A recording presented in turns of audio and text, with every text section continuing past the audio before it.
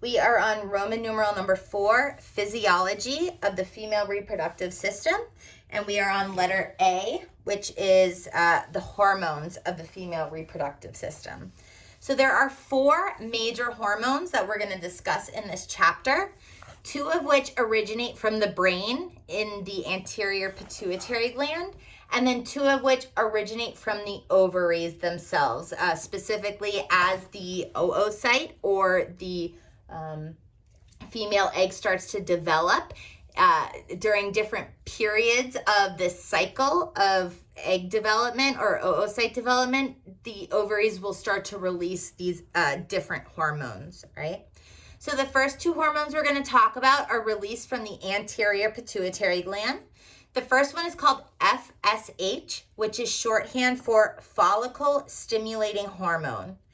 Their major responsibility is being released from the anterior pituitary gland, acting on the ovaries themselves.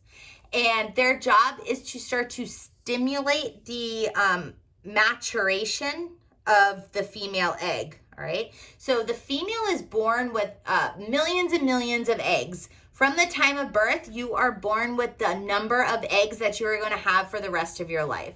So unlike the male reproductive system, which can constantly produce new sperm, the female are born with a limited number of eggs.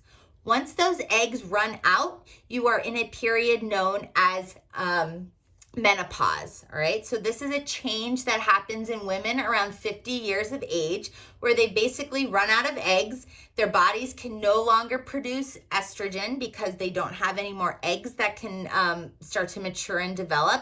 And they go through a period of estrogen loss and the complete cessation or the stopping of menstruation, having a period, right?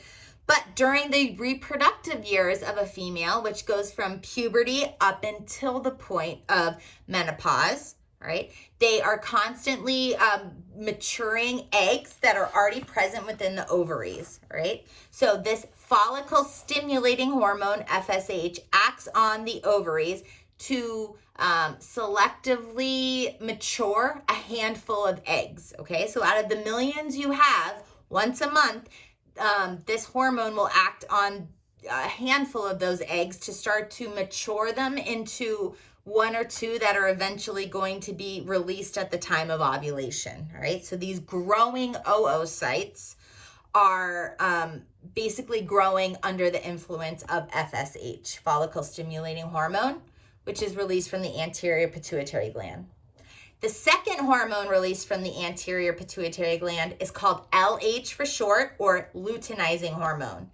This is a hormone that is only released at the time of ovulation, all right? So at day around 14 of a woman's cycle, and we'll get into a little bit more specifics and detail later on, this LH is going to act on the ovaries to cause a singular egg, only one egg, to be released from the ovary and enter into the fallopian tube, all right? It is then the opportunity for the male sperm to fertilize that egg.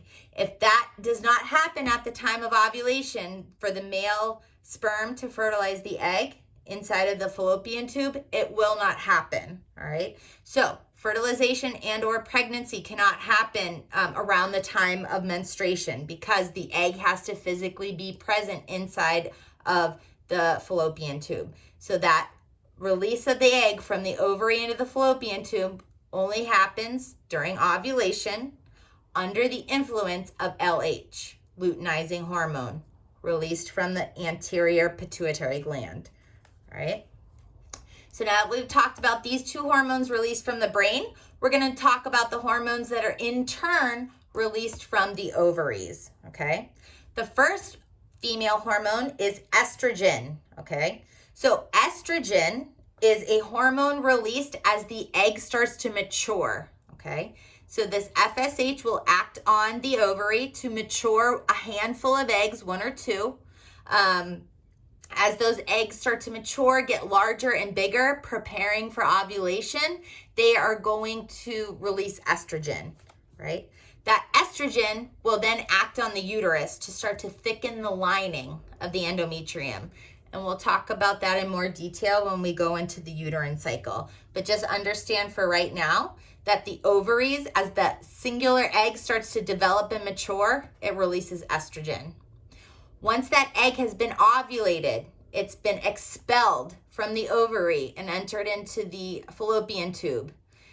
Whatever remnants of that egg are left inside of the ovary, that remnant is called a corpus luteum, and it is going to release progesterone. So progesterone is released in the second half of a female's cycle. Progesterone will basically help maintain that thickened endometrium lining. So the progesterone is going to maintain that thickened lining because it's hoping that a fertilized egg will implant inside of the uterus.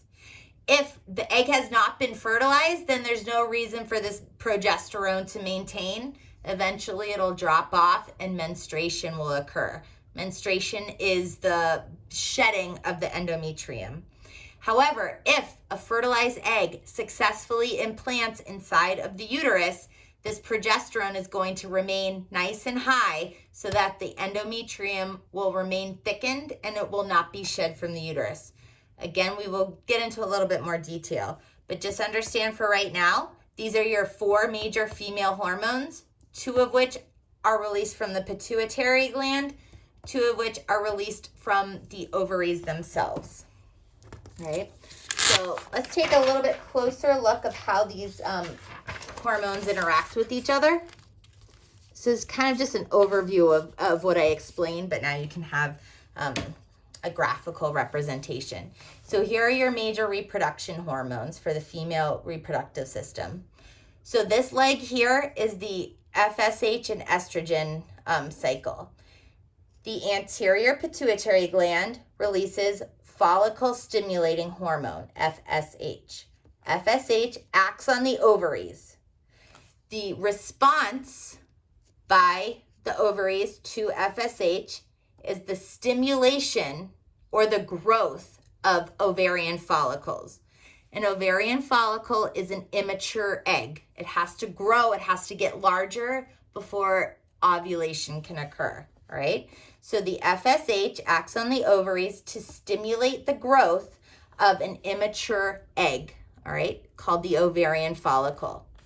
As that egg starts to grow and mature and get larger, it will release estrogen. The estrogen is released from the ovary and it acts on the uterus. The effect of estrogen acting on the uterus is that it stimulates the growth of the uterine lining, also called the endometrium. That uterine lining gets thicker, it has more mucus glands, it has more blood vessels, it gets physically thicker, and it is in order to basically become a hospitable environment for a fertilized egg, all right? So we're hoping that by growing the endometrial lining, that a fertilized egg will implant into the uterus, all right? So this is kind of the first half of the female menstrual cycle, is the growing of the egg and that egg in turn releasing estrogen. Then you have the process of ovulation, where the egg is physically released, and then that is under the influence of this hormone right here, okay? So this is the second half. The anterior pituitary gland is going to release LH, which stands for luteinizing hormone. The luteinizing hormone acts on the ovaries. This happens around day 14 of the female menstrual cycle, and the luteinizing hormone is going to cause ovulation. Ovulation is the process of a mature female egg bursting out from the ovary, entering into the fallopian tube in hopes of getting fertilized. The product that remains behind inside of the ovary is called the corpus luteum. It's just the remnants, all of the cells that are surrounding the mature egg.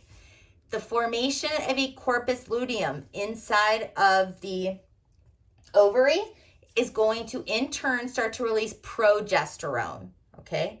Progesterone is being released from the corpus luteum.